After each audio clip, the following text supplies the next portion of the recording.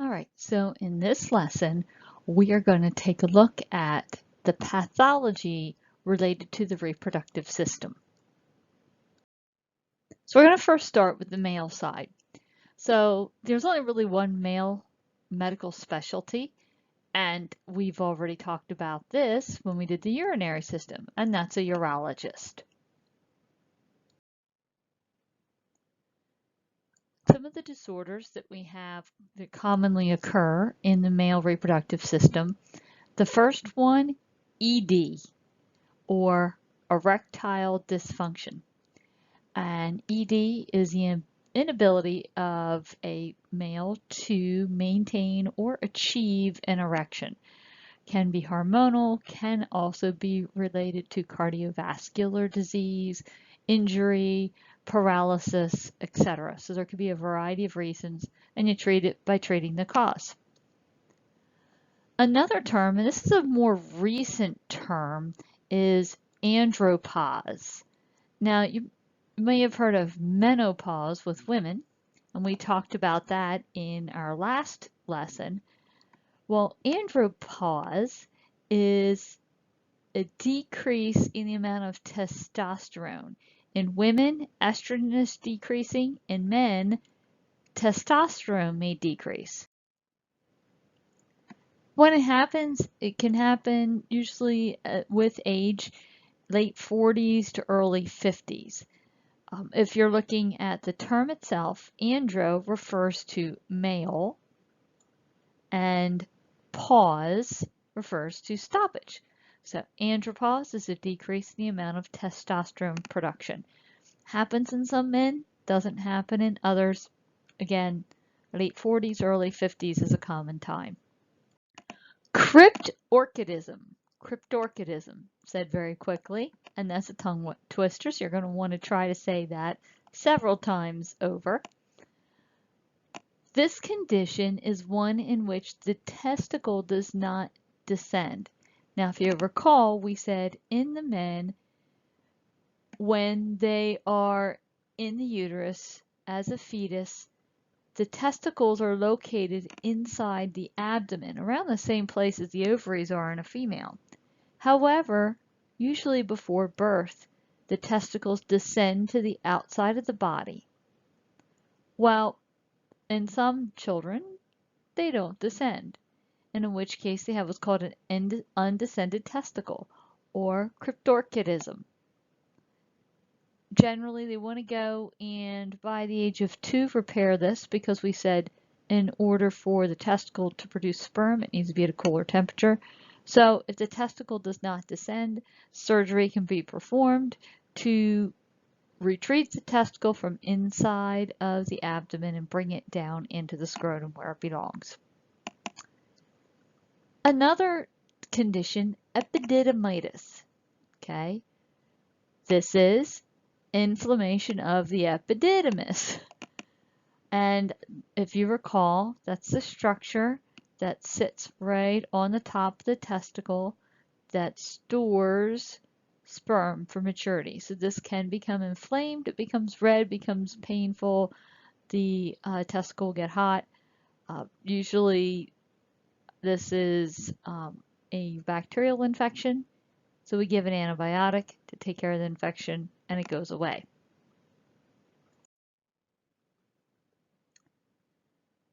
Another issue that can happen in the men is testicular torsion. Now, it is exactly what it sounds like, whereby the testicle actually twists around itself within the scrotum. Often we see this with sports injuries, that this can happen. So the testicle actually kind of twists around. Sometimes it'll just go back on its own, sometimes it doesn't, in which case we have to do a surgical procedure that kind of anchors the testicle in place within the scrotum. And then the next term on here is a varicocele. Now varico, if you remember, varicose veins. Cele refers to herniation, being out of place. In this case, what you're seeing, it's varicose veins that invade the scrotum. Over here, the veins are normal. Over here, the varicose. Kind of looks or feels like a sack of worms inside the scrotum. Generally not painful, but it can decrease sperm count because it increases heat within the scrotum. So if it gets large or if there's a decreased sperm count, they can go and remove the varicose veins from the scrotum so that there is normal circulation around the testicles. Now, as we're talking about decreased sperm count, what do we call that? Well, azospermia is the absence of sperm. In other words, you have the A without, zoo means life, and spermia, condition of sperm. So without life in the sperm, azospermia, none at all. None of these guys at all when we look at a sperm count. Oligospermia, oligo means little. So oligospermia refers to a low sperm count. They're still present, but not as many as typical in the normal 20 to 120 million per milliliter of semen. Circumcision. We alluded to this a little bit earlier when we were talking about the male reproductive system. Circumcision is the removal of that foreskin or prepuce of the penis. So here you see an uncircumcised penis with the foreskin still intact, the skin that comes and covers the glans penis. And here's an uncircumcised penis where they have removed this portion right here of the skin to expose the glans penis. This is a common procedure here in the United States, and it's usually done right after birth in male infants because right after birth, it's a very simple procedure done with a small local anesthetic, if any anesthetic, in the nursery before they go home, and it heals very quickly. In an adult male, it requires general anesthesia and a little bit of major surgery to go ahead and do this procedure. And orchidectomy is removal of orchi, testicle. It's removal of a testicle.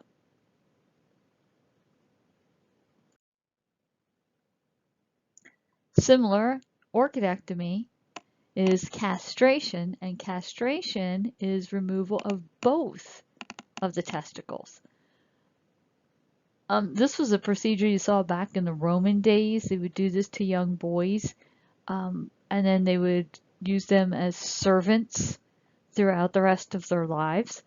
And it was a way of keeping their testosterone levels down and low so that they would be subservient for the rest of their lives.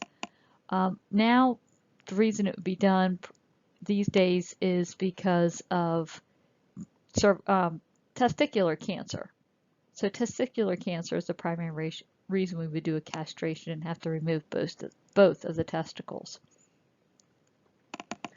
Vasectomy is a procedure for sterilization in that it no longer allows sperm to be mixed with the seminal fluid and be ejaculated. So what they do is they come in and they separate the vas deferens, they cut into it, and then they either cauterize it or tie it off so that the ends no longer meet and sperm cannot travel from the epididymis up through the vas deferens. So all the structures are still intact. It's just that there's a break in the tube right above the epididymis. Can be done outpatient in a many family physicians will do this procedure outpatient in their office anymore.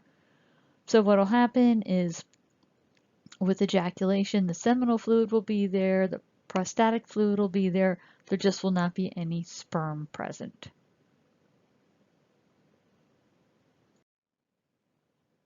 Okay, let's flip sides to the female reproductive system. Specialties related to the female reproductive system are, first, gynecologist. Gynecologist, diagnosis and disorders of the female reproductive system. The second is obstetrician. An obstetrician provides care during pregnancy, childbirth, and immediately after pregnancy during the postpartum period. The difference is a gynecologist does not deliver babies, but an obstetrician does. In most cases, they are both an obstetrician and a gynecologist, and then often, as it becomes later in life, you often see people retiring from part of their practice.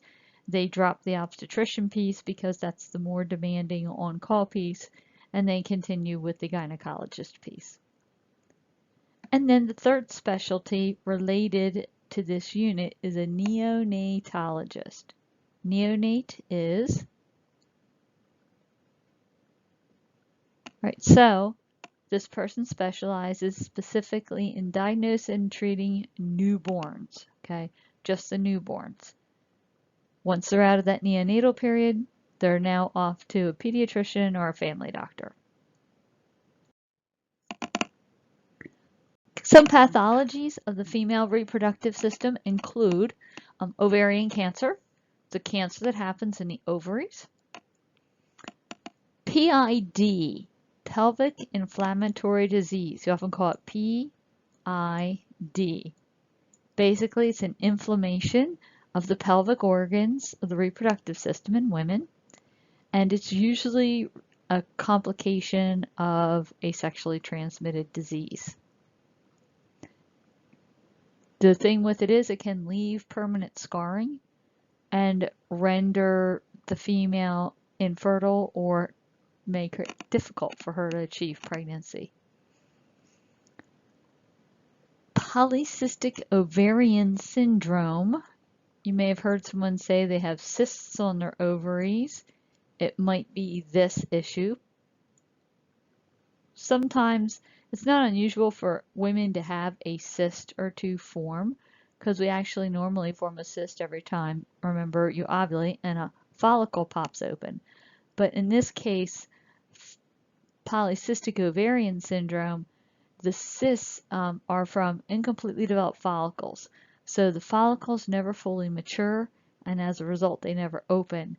And there's all these cysts then that maintain, instead of opening up to the outside and healing over, they stay as a cyst and are all around the outside of the ovary. It can lead to, again, can be a problem with fertility in women.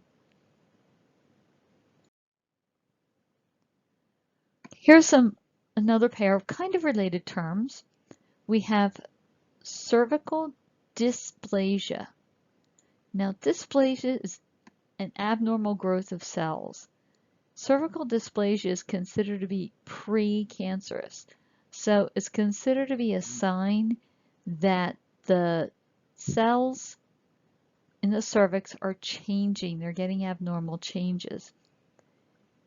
So it's called sometimes cancer in situ, but it's considered a precancerous condition. When it's found, usually found through a pap smear, we'll talk about that later, they can go in and they can do procedures to remove these abnormal cells from the cervix. We are finding, though, that it seems to be related to the HPV virus that causes these. And then, if not taken care of, cervical dysplasia can lead to cervical cancer, which is cancerous cells growing in the cervix. A couple of things related to the breasts. Fibrocystic breast disease, okay? This basically is just the presence of cysts one or more in the breasts. If you look at the picture up here, you can see in this picture, there's some cysts in here. Can make the breast feel kind of lumpy or kind of dense. Generally, though, they aren't painful, they aren't anything like that. They just so happen to be present in the breasts, and they're just kind of monitored just to make sure, because they can give a false impression. If someone has fibrocystic breast disease, they're used to feeling bumps and lumps in the breast that could lead to them missing something that's actually a cancerous lump in the breast in palpation, so in self-examination. So we usually do encourage people with fibrocystic breast disease to get periodic mammograms because it's difficult to determine by feel if something is normal or abnormal. And this mastitis. Mast refers to the breasts and itis. So mastitis is an inflammation or an infection of the breast. Frequently seen during breastfeeding, but can occur in non-breastfeeding women too. And you can see we've got a red, swollen, sore, hot, tender breast here. Usually antibiotics will take care of this, and it does not affect the breast milk. And in fact, we will encourage women who have mastitis, as long as they can tolerate, to continue breastfeeding to keep the pressure off and help empty the breast out. Also, warm or cool compresses will sometimes help with symptomatic relief, and Tylenol and ibuprofen and those kind of things.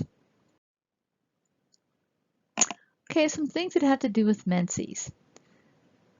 First, amenorrhea, A, without.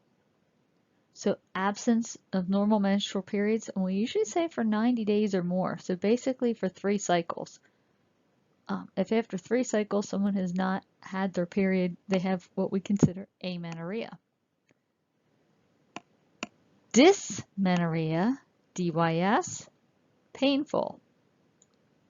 Painful cramps during a menstrual period can be a symptom of a variety of things, one of them including what we talked about before, endometriosis. And hypermenorrhea is excessive menstrual flow for more than 7 days. So someone who just keeps bleeding and bleeding, I'm not talking spotting, I'm talking heavy flow for more than 7 days, hypermenorrhea.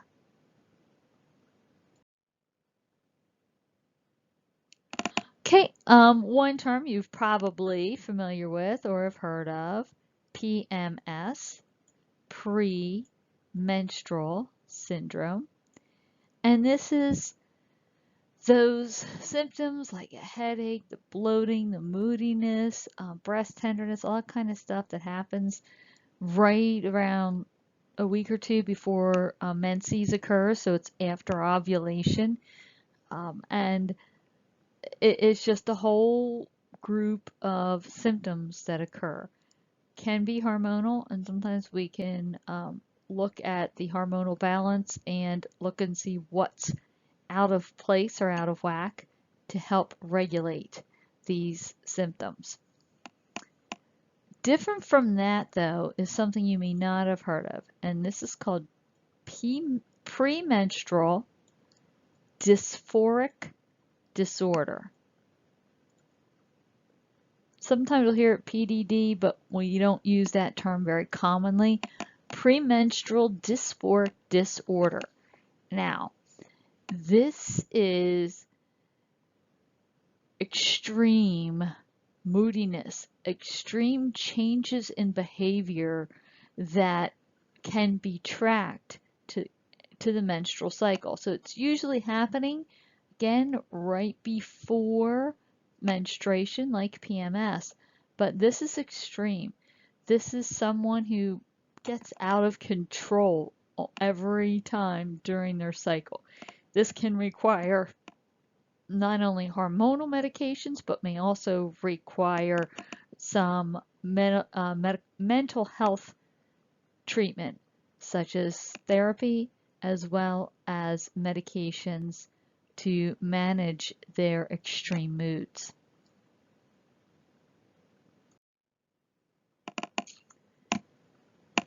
Ectopic pregnancy. Now, all these terms I'm going to talk about right here all deal with pregnancy. And this first one, ectopic. An ectopic pregnancy is when the fertilized egg, the zygote, implants somewhere other than the uterus. So it's outside the uterus. In this case, you can see there's a drawing of a tubal ectopic pregnancy. So the fetus is implanted within the fallopian tube instead of in the uterus. And this is a close-up shot of that fetus developing in there. Now, it can continue to develop, but the fallopian tube is only so big. So eventually what would happen is this would rupture, and there would be extreme pain, extreme bleeding, and there could be maternal and fetal death related to the hemorrhaging that would occur with this. So generally what happens in this case is we have to go in and actually remove that pregnancy from the tube, so to preserve the life of the mother. Pre-eclampsia and eclampsia. This is a condition that occurs primarily in prima gravidas, and it's characterized by a pregnant woman who has high blood pressure. They start getting swelling and extreme swelling in their legs and their feet. They start bearing protein in their urine. And we're talking, you know, the earlier this occurs in pregnancy, the more dangerous it can be. So this is a person who gets on bed rest, who's managed with medications and managed very closely, and may or may not ended up being delivered early so that they don't get worse, because the worst case scenario is this: preeclampsia develops into eclampsia. And eclampsia is now all this hypertension, edema, and proteinuria, but now we start seeing seizures going along with it, and it can get to the point where it can actually put the mom in a coma. So we don't like it to get to this, so we monitor a preeclamptic patient very closely, and if we look like things are progressing and getting to the point where we might head into eclampsia, we usually opt to deliver the baby. And when you deliver the baby, it goes away.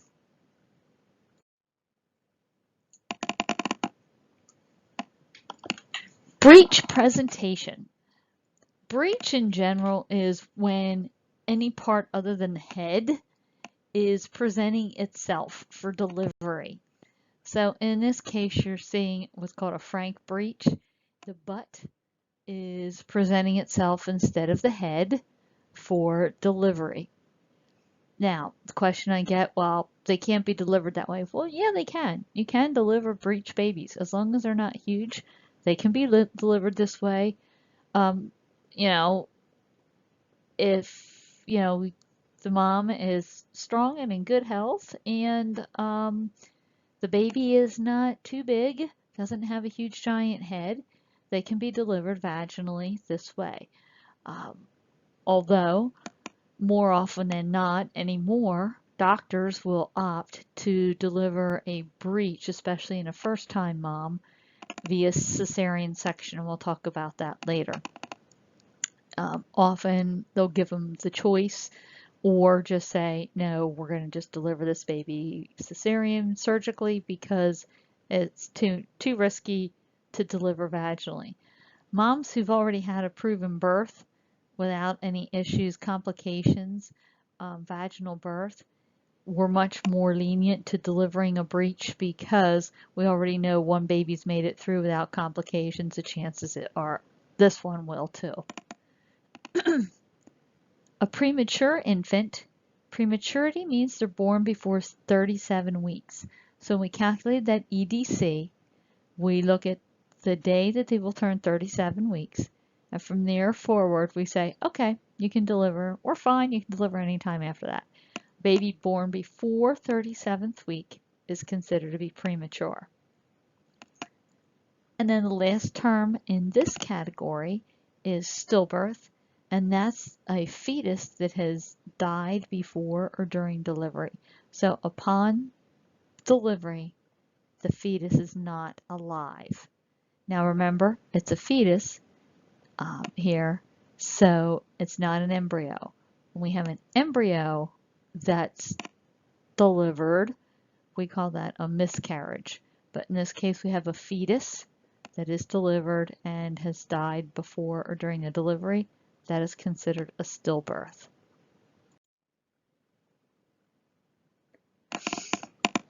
Okay, some of the procedures that relate to the female reproductive system. First one, hysteroscopy. Hyster means, so in this case, we are taking a scope and we are looking inside the uterus. Again, someone's having some crazy bleeding, some pain, maybe we're suspecting possible endometriosis, those kind of things. This can be done in the office, with some mild anesthetic, and we can go and look inside the uterus, or in outpatient surgery would be another common place to see this. We can also take biopsies through this scope if we need to take biopsies of the uterine lining or tissue. Pap smear.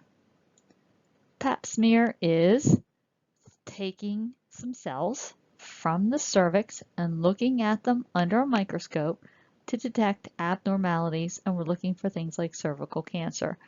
So what they do is they take these cells and they give them a special stain, and when they look at it under the microscope, they're looking for abnormalities in the cell that could say that this person may have cervical cancer. Amniocentesis. Amniocentesis. So for some reason, the doctors find that it is necessary that we want to sample the fluid that is surrounding the baby, the amniotic fluid.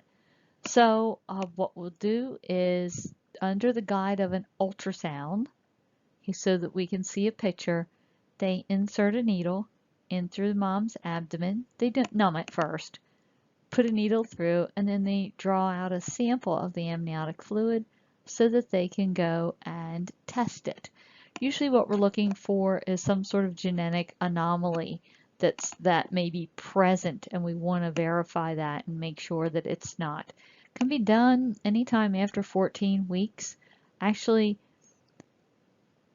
after 14 weeks, but before the baby gets too big is the ideal time, because once babies get pretty big in there, you get smaller areas and pockets of fluid. So you want to they do this earlier on than later. Okay, so some surgical procedures here. The first is oophorectomy. Oophorectomy, ovary ectomy removal. So in this case, surgical removal of one or both of the ovaries. Often, again, it's a cancerous situation that we're doing this. A salpingectomy. Salpingo is a fallopian tube. Ectomy is removal. So this would be surgical removal of one or both of the fallopian tubes. And if we do both, we remove the tube and the ovary. It's a salpingo-oophorectomy.